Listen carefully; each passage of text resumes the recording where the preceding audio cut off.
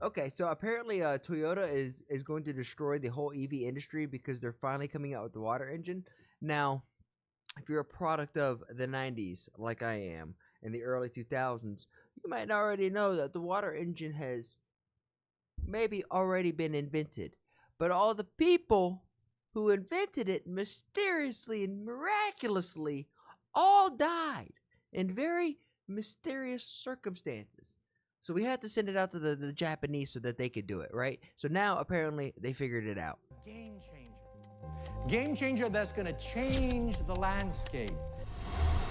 Toyota company एक ऐसी गाड़ी बना रही है जिसे हम पानी डाल के चला सकेंगे. Yes, you heard that right. Petrol की टंकी में पानी जाएगा और चांसेस है इससे वो सभी कंपनीज इंक्लूडिंग इलॉन मस्क की जो अभी सबसे इको फ्रेंडली गाड़ियां बनाने का दावा कर रही है. Or at least Toyota. Obviously, I kind of know about this. Has already kind of been invented. उनका Fun fact, actually, I could shout my old man out. I wish I got the smarts of my old man, but my dad actually created one of these like little fuel cells for a truck for a GMC and got like an extra 50 miles to the gallon for his truck. It was actually insane what he was able to do, and he just made it out of legitimately cheap parts. So the science behind it is actually not that hard to understand. How to like just ionize or like give some type of static electricity into water. It's going to separate the H2O, so it's going to say separate the hydrogen and the oxygen, being able to create the essentials for combustion.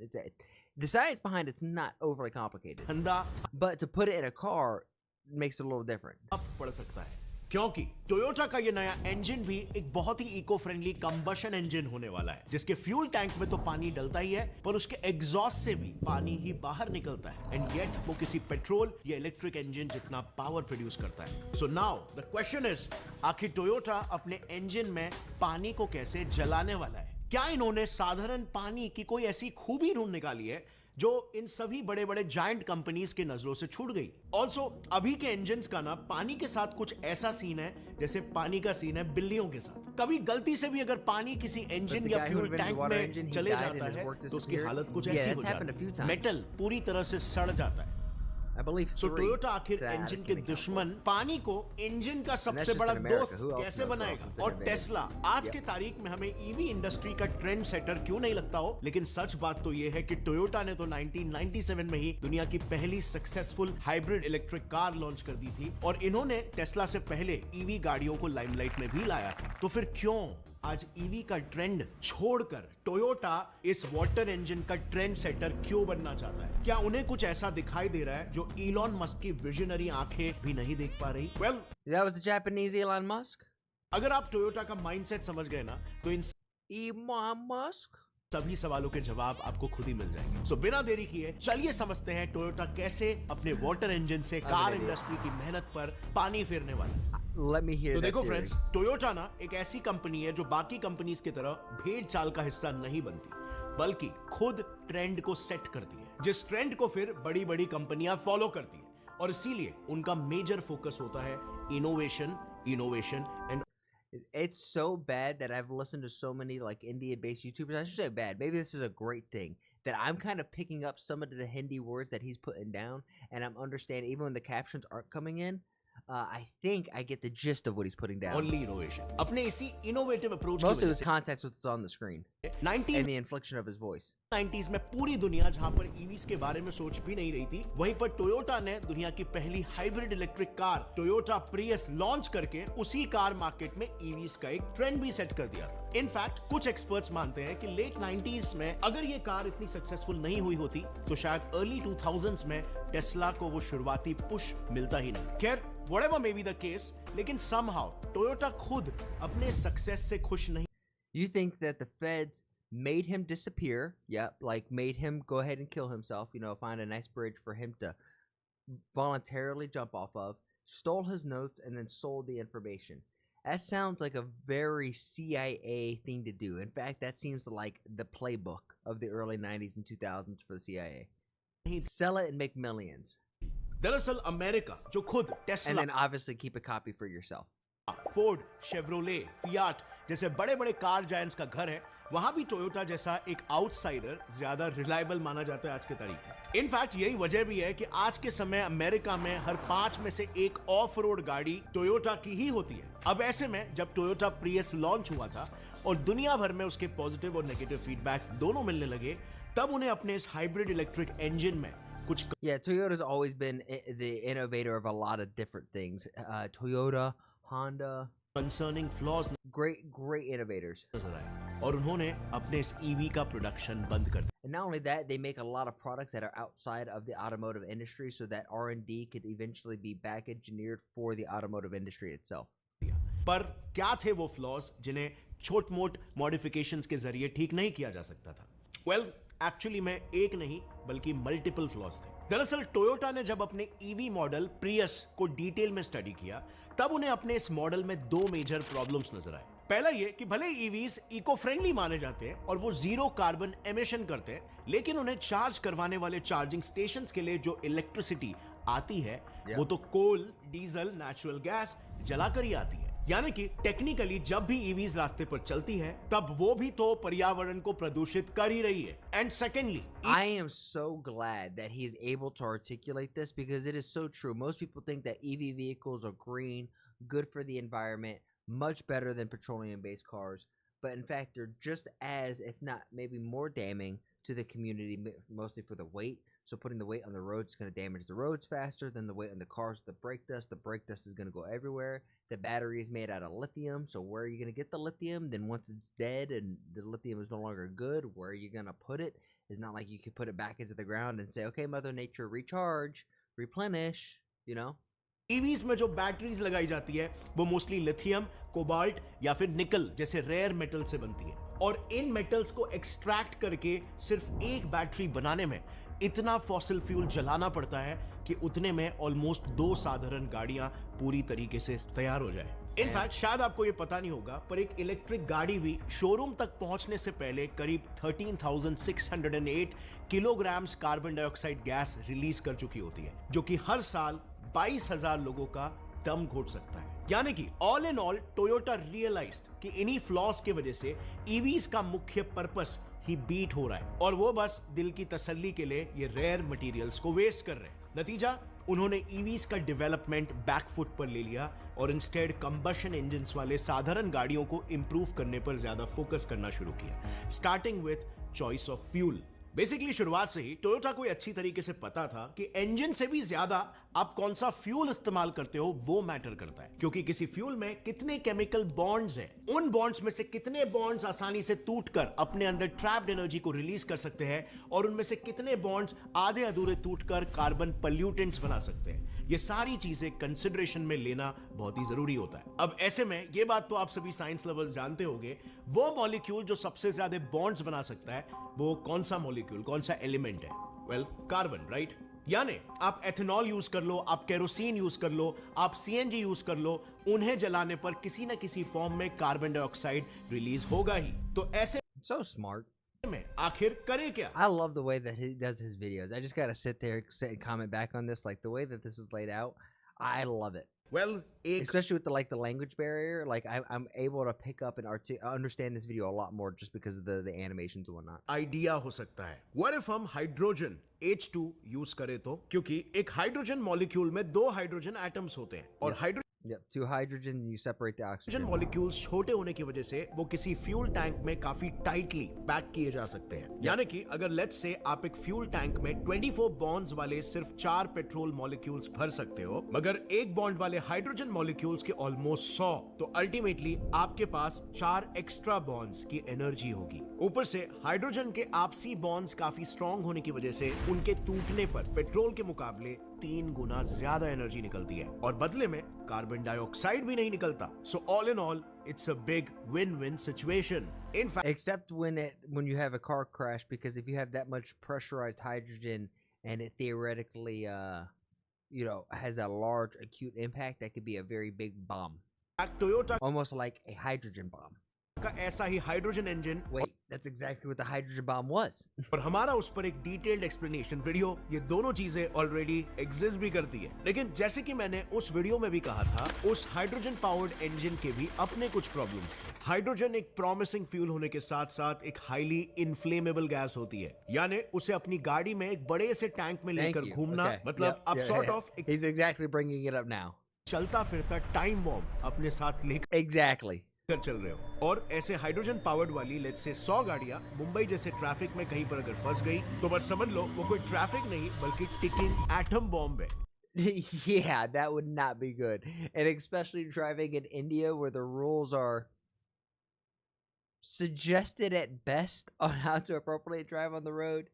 I don't think you want a hydrogen bomb strapped between your thighs. और इसीलिए initially Toyota को भी अपने इस hydrogen powered engine के idea को भी scrap करना पड़ गया था, but eventually they returned to the drawing board once again, but this time with a new mindset. देखो, टोयोटा को इतना पता चल गया था कि इको फ्रेंडली गाड़ियां बनाने के लिए फॉसिल फ्यूल्स के अलावा अगर दूसरा कुछ काम कर सकता है तो वो सिर्फ हाइड्रोजन ही है। सो व्हाट इफ हम फिर से जीरो से शुरू करने के बजाय इसी हाइड्रोजन इंजन के प्रॉब्लम्स को फिक्स करने की कोशिश करें तो यस, प्योर हाइड्रोजन इनफ्लेमेबल होता है, पर अगर हम इसी हाइड्रोजन को किसी इम्प्योर फॉर्म में फ्यूल टैंक में डालें तब तो वो इनफ्लेमेबल नहीं रहेगा, राइट? और बस इसी आइडिया ने जन्म दिया एक वाटर इंजन वाले कॉन्सेप्ट को। अब फ्रेंड्स, एक्सप्लेनेशन में तो I mean, I didn't think of that. हम आगे बढ़ेंगे, लेकिन इस चीज को यहाँ पर रियलाइज करते हैं, और ये पर्सनली मेरा भी one of the most important message आप सभी के लिए है through this channel.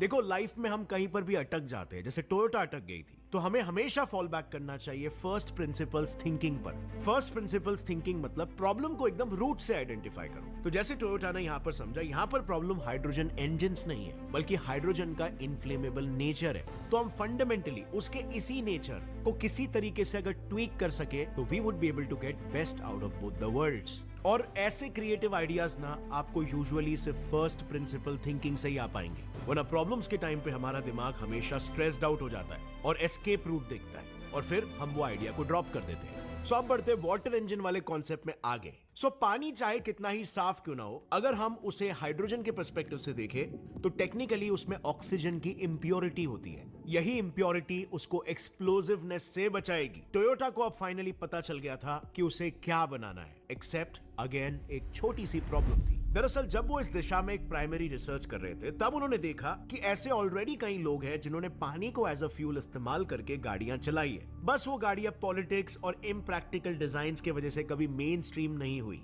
Actually 1980s में यूएस में बढ़ते फ्यूल प्राइसेस से बचने के लिए एक छोटे से I American am so glad this guy's bringing it up. Inventor Stanley Meyers ने पेट्रोल का ऑल्टरनेटिव ऑप्शन ढूंढते हुए पानी पर चलने वाली एक गाड़ी डिजाइन की थी। मेयर्स के हिसाब से उनकी ये गाड़ी सिर्फ 4 लीटर यानी कि सिर्फ इतने से पानी में 180 किलोमीटर तक चलने में सक्षम थी। लेकिन जैसे ही मेयर्स ने इस आइडिया को दुनिया के सामने रखा, उन्हें कई ऑयल कंपनी से धमकियां आने लगी।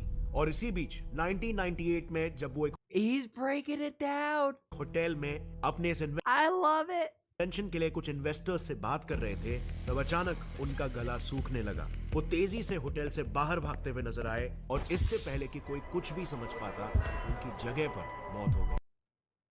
Damn.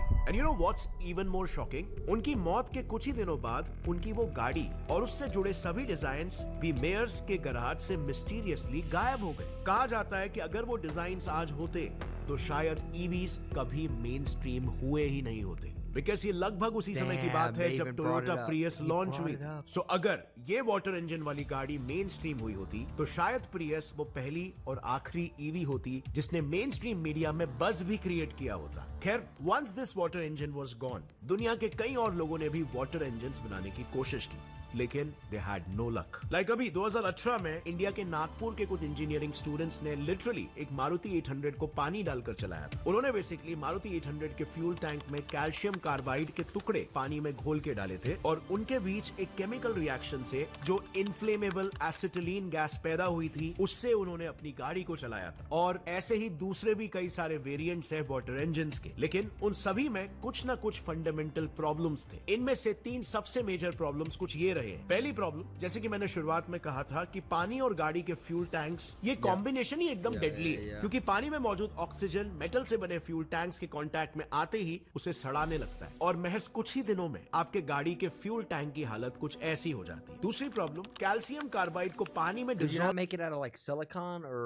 like even porcelain करने से or like a porcelain lining?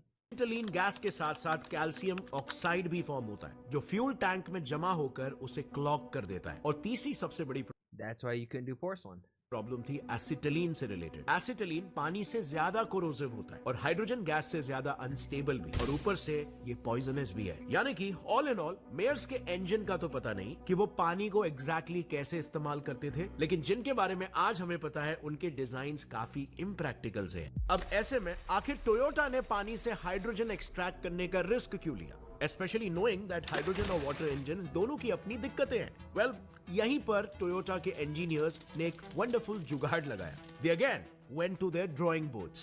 फिर अब तक देखे सभी तरह के इंजन्स, यानी कि ईवी, हाइड्रोजन इंजन और इम्प्रैक्टिकल वाटर इंजन्स, इन सब को उस बोर्ड पर उन्होंने उतारा और फिर आइडियाज ब्रेनस्टॉर्म किए और अंत में एक ऐसा इंजन बनाया जो उन सभी के पॉजिटिव एट्रीब्यूट्स को मिक्स एंड मैच करके उनकी आपसी कमियों को सॉल्व कर सकता था। Let me explain this. देखो, हाइड्रोजन गाड़ियों के फ्यूल स्टेशंस में क्या होता है, वो एक तरह से ईवीज के चार्जिंग स्टेशन का ही एक एक्सटेंशन होते हैं। सिर्फ गाड़ी में डायरेक्टली इलेक्ट्रिसिटी देने के बजाय वो इंस्टेड पानी में इलेक्ट्रिसिटी देते हैं और फिर इलेक्ट्रोलिसिस प्रोसेस के जरिए पानी हाइड्रोजन और ऑक्सीजन में स्प्लिट होता है एंड लास्टली यही सेपरेटेड हाइड्रोजन फिर गाड़ियों के टंकी में भरा जाता है। अब as we discussed earlier, hydrogen से भरा टैंक तो बॉम्ब के बराबर होता है। तो यहाँ पर टोयोटा ने सोचा कि क्यों ना हम हाइड्रोजन के फ्यूल स्टेशन का पूरा सेटअप डायरेक्टली गाड़ी में ही फिट कर दे। तो इससे होगा ये कि फ्यूल टैंक में इनफ्लेमेबल हाइड्रोजन की जगह हम सादा पानी रख सकेंगे और फिर इलेक्ट्रोलिसिस के लिए गाड़ियों में बैटरी तो होती है, उतना काफी है, और इन सब के जरिए जो on the spot hydrogen gas बनेगी वो बिना फटे और बिना कंबशन इंजन को सड़ाए उसे चला भी सकेगी। और रही बात फ्यूल टैंक के सड़ने की, तो उसमें कोई मैकेनिकल मूवमेंट ना होने की वजह से उसके अंदरूनी सरफेस को एक वाटर रेजिस्टेंट मटेरियल से कोट भी किया जा सकता है। So cool, right? आप देख सकते हो कि कैसे टोयोटा ने पहले बनाए हुए हर एक इंजन में से उनके स्ट्रॉन्ग पॉइंट्स को चुना और उन्हीं की मदद से उनके आपसी फ्लॉस को ओवरकम किया। इनफैक्ट यही टोयोटा का डीएनए रहा है, उसकी पहचान है, क्योंकि वर्ल्ड वॉर 2 के समय मूंगफली के दाने जैसा छोटा दिखने वाला जापान यूएस जैसे एडवांस देश के हाथों पूरी तरह से तबाह हो चुका था। लेकिन फिर जैसे ही वर्ल्ड वॉर 2 खत्म हुआ, अपनी गलती को सुधारते हुए जापान और उसकी कंपनीज को कई सालों तक यूएस ने ही पाला। इन्हीं कंपनीज में से एक थी Toyota. We're like, we're sorry we bombed you. We can help rebuild. Toyota, ये कंपनी जो एक टाइम पर हैंडलूम्स बनाया करती थी, उसे 1950s में गाड़ियां बनाना सिखाकर यूएस ने ही खड़ा किया था। अब मैं ये बैक स्टोरी आपको क्यों बता रहा हूँ? वेल, सिंपली बिकॉज कोई भी देश, कोई भी कंपनी, कोई भी इंसान जब अपने सबसे लोएस्ट पॉइंट पर होता है ना, वो तभी अपने आप से वो मुख्य सवाल पूछता है कि यहाँ से आगे अब उसे कहाँ जाना है और कैसे जाना है और क्यों जाना है। जब 1991 में हमारे देश के पास सिर्फ 3 हफ्ते तक सरवाइव करने जितने पैसे बचे थे, तब हमने भी यही सवाल अपने आप से पूछा था और लो, आज हम यहाँ पे हैं। अब 1950s में जब जापानीज लोगों ने अपने आप से यह सवाल पूछा, तब उनके सामने 3 ऑप्शंस थे। पहला, इंडिया जैसी एग्रीकल्चर बेस्ड इकोनॉमी बनकर अनाज एक्सपोर्ट करना। दूसरा, अरब्स की तरह कच्चा तेल बेचकर पैसे कमाना। और तीसरा, पाकिस्तान जैसे यूएस के वॉर्स में उसकी मदद करके उससे अपनी मंथली सैलरी लेना। अब एज यू कैन सी, इनमें से पहला ऑप्शन तो पॉसिबल ही नहीं था, बिकॉज मूंगफली जितना छोटा देश मूंगफली बोएगा कहां, जगह ही नहीं है उतनी। देन दूसरे ऑप्शन में प्रॉब्लम ये थी कि जापान में नेचुरल रिसोर्सेज लाइक तेल, कोयला, आयरन और कॉपर, ये सब जापानीज लोगों को ही पूरे नहीं पड़ते। एक्सपोर्ट क्या करेंगे? और तीसरे ऑप्शन की दिक्कत ये थी कि उनके देश ने जस्ट अभी युद्ध के कॉन्सिक्वेंसेस झेले थे, तो यूएस के नाद में लगकर वापस वहीं पर जाना वो सिंपली सुइसाइड। सो फाइनली यहाँ पर जापान ने सोचा कि अगर हमारे पास कोई ऐसी चीज नहीं है जो नेचुरली वैल्यूएबल हो, तो हम ऐसी मैन मेड चीजें बनाएंगे कि दूसरे देश हमें अपने देश में बुलाकर कहेंगे कि प्लीज हमें भी ये बना कर दे दो। यानी जापान ने अपने इनोवेटिव दिमाग Very self-aware. को वो सेलेबल, वो मार्केटेबल प्रोडक्ट बनाया। इनफैक्ट यही वजह है कि जब हम कहते हैं कि टोयोटा या इन जनरल जापान ने कुछ नया बनाया तो आप इंस्टेंटली क्यूरियस हो जाते हो। सो इससे होपफुली आपको अपने लाइफ के लिए भी कुछ इंटरेस्टिंग आइडियाज मिले होंगे। अब बस सवाल यहां पर यह बचता है कि क्या ये टोयोटा का insane water engine EV industry को रिप्लेस कर सकता है, स्पेशली आज के समय में जब ईवी कार्स एक अच्छा खासा मार्केट शेयर एंजॉय करते हैं। वेल अभी एट दिस मोमेंट टोयोटा का ये वाटर पावर्ड इंजन एक कंसेप्चुअल स्टेज पर है, सिर्फ उसका एक प्रोटोटाइप ही रिलीज हुआ है और इसीलिए हमारे पास भी इसके इन डेप्थ डिटेल्स नहीं है टू से फॉर श्योर। लेकिन अगर प्योरली सिर्फ प्रोटोटाइप के बेसिस पर जज करें तो मार्केट में उतरने से पहले टोयोटा को इसके दो मेजर प्रॉब्लम्स को एटलीस्ट तुरंत सॉल्व करना पड़ेगा। Just like how EVs aren't completely taking over the market, but like hybrid vehicles are way more popular about having a little bit of both EV and hybrid, I could see this hybrid engine having the best of all three worlds, being the thing that kind of takes over, and petroleum and EVs never really going to the side. Firstly इस engine में मौजूद battery अपने electrical energy से पानी को split करती है और फिर पानी से निकला हाइड्रोजन जब टायर घुमाता है तो टेक्निकली वो इलेक्ट्रिकल एनर्जी काइनेटिक एनर्जी में कन्वर्ट होती है। फिर यही घूमते टायर्स किसी इलेक्ट्रिकल जनरेटर की तरह फिर से उस काइनेटिक एनर्जी को इलेक्ट्रिकल एनर्जी में कन्वर्ट करते हैं और इसी इलेक्ट्रिकल एनर्जी से फिर बैटरी चार्ज होती है। अब यहाँ पर आप देख सकते हो कि जब तक बैटरी को चार्ज करने के लिए टोयोटा कोई सोलर पैनल वगैरह अपनी गाड़ी में नहीं लगाता, ये एक परपेचुअल इंजन बन जाता है जो फिजिक्स के लॉज के खिलाफ है। सेकेंडली, अगर हम इसे प्योरली एनर्जी आउटपुट के टर्म्स में देखें तो 1 किलोग्राम हाइड्रोजन गैस जलाने पर करीब 121 मेगा जूल्स की एनर्जी जनरेट होती है। लेकिन ऑन दी अदर हैंड उस 1 किलोग्राम गैस को वाटर इलेक्ट्रोलाइसिस के जरिए बनाने के लिए 180 मेगा जूल्स जितनी एनर्जी लगती है। यानी जितनी एनर्जी हमें हाइड्रोजन से मिल रही है उससे कई ज्यादा एनर्जी हम उसे बनाने में खर्च कर रहे हैं एट दिस पॉइंट। अब एटलीस्ट इस पर्टिकुलर प्रॉब्लम के लिए ऑस्ट्रेलिया में एक इलेक्ट्रोलाइजर कंपनी है जिसने रिसेंटली एक ऐसा इलेक्ट्रोलाइजर बनाया है जो 95% एफिशिएंसी के साथ हाइड्रोजन गैस जनरेट करता है। So there is still a big hope. लेकिन टोयोटा एज अ कंपनी अपने फर्स्ट प्रॉब्लम से कैसे डील करता है और उसका ये वाटर इंजन आम लोगों को कितना अफोर्डेबल होगा, यही फैक्टर्स अल्टीमेटली डिसाइड करेंगे कि उनका ये वाटर इंजन ईवीज को कितना तगड़ा टक्कर देगा। However potential is definitely there, खास Totally. करके टोयोटा जैसी बड़ी जायंट कंपनी इस टेक्नोलॉजी को अगर बैक करे तो। खैर, you know what friends, Japan की तरह एक और एक ऐसा देश है जो एयर ट्रैवल को और ज्यादा किफायती बनाने में लगा हुआ है। मैं बात कर रहा हूँ यूएसए की, एंड मोर सो उसके Well, I could definitely see this being more of a fuel source for planes because it's a lot less probable for collisions. And same thing with rockets. I can definitely understand that being fuel sources for these two things. Space And making a lot of sense for it too. NASA के commercial guided venture की NASA ने 2028 में एक ऐसा plane launch करने का फैसला किया है जो बस एक सिंपल चेंज के जरिए एयर ट्रैवल के खर्चे को 30 गुना कम कर सकता है। अब एग्जैक्टली वो चेंज क्या है और नासा जो रॉकेट्स और स्पेसक्राफ्ट्स लॉन्च करता है वो आखिर इस प्लेन्स बनाने के डोमेन में क्या कर रहा है, क्या मजबूरी है कि उसे इस डोमेन में उतरना पड़ा। इन सभी सवालों के जवाब मैंने काफी डिटेल में पूरे कॉन्सेप्ट के साथ एक्सप्लेन किया है अपने इस वीडियो में, जो आपको बिल्कुल भी मिस नहीं करना चाहिए because this technology will blow your mind. आज के वीडियो के लिए बस इतना ही। होपफुली इस वीडियो ने आपके सामने कुछ new, unique, creative Yeah, no, I enjoy I enjoy this guy's video. I think he does great videos, but this technology isn't new. The hydrogen fuel car is not a new technology, but the fact that Toyota is reintroducing it or at least bringing it back up into the zeitgeist just by talking about it makes me wonder what's going to happen in the next 5 to 10 years. What kind of hybrid vehicles are we going to come out with? What is AI going to help push and revolutionize with, revolutionize us as like a human species with? But let me know what you guys think in the comments down below. If you're picking up what I'm putting down, then please like the video, subscribe, and if you really like it, then share it with some of your friends. My goal here is to spread a positive message while sprinkling my 2 cents on big topics like American, Indian, and world geopolitics, and even small stuff like Twitch drama and online debacles. And if you want to see it live, come join me over on Twitch.